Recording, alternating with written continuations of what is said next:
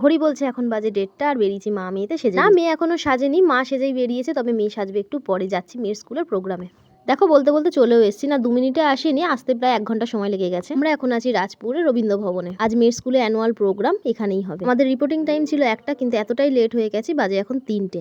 এসে দেখছি সবারই সাজগোজ প্রায় হয়ে গেছে, আরো কিছুজন বাকি আছে, তার মধ্যে আমার মেয়েও আছে। তো মেয়েকে ম্যামদের কাছে হ্যান্ড ওভার করে দিয়ে আমি আসছি হলে। মেয়ে যেহেতু প্রোগ্রামে পারফর্ম করবে সেই জন্য ও আছে গ্রিন রুমে সাজগোজ করছে। আর এদিকে প্রোগ্রাম শুরুর পথে, মানে শুরু হয়ে গেছে, তো আমরা চলে এসেছি প্রোগ্রামের হলে। আর এই যে আমার বান্ধবীরা সবাই একসাথেই আমরা বসেছি, আরো কয়েকজন আছে পিছন দিকে।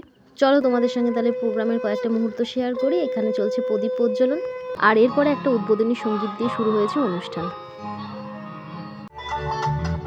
অনুষ্ঠান কিন্তু অলরেডি শুরু হয়ে গেছে, আর অনুষ্ঠানের সমস্ত ভিডিওটাই ছোট ছোট ক্লিপের মাধ্যমে রেখেছি। ইচ্ছা আছে সবটাই তোমাদের সঙ্গে শেয়ার করার, কিন্তু একটা ভিডিওতে তো সেটা সম্ভব নয়। তাই আজ এই পর্যন্তই, বাকি পার্ট পরের ভিডিওতে। টাটা।